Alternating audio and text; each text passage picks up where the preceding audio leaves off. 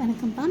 2,5, x, 20 ஆகிய எண்களை பயன்படுத்தி உருவாக்கப்பட்ட விகிதங்கள் ஒரே விகிதசாரா வரிசையில் இருந்தால் எக்ஸின் மதிப்பை காண்க அப்படின்ட்டு நமக்கு கீழே ஒரு 5 ஆப்ஷன் கொடுத்துருக்காங்க.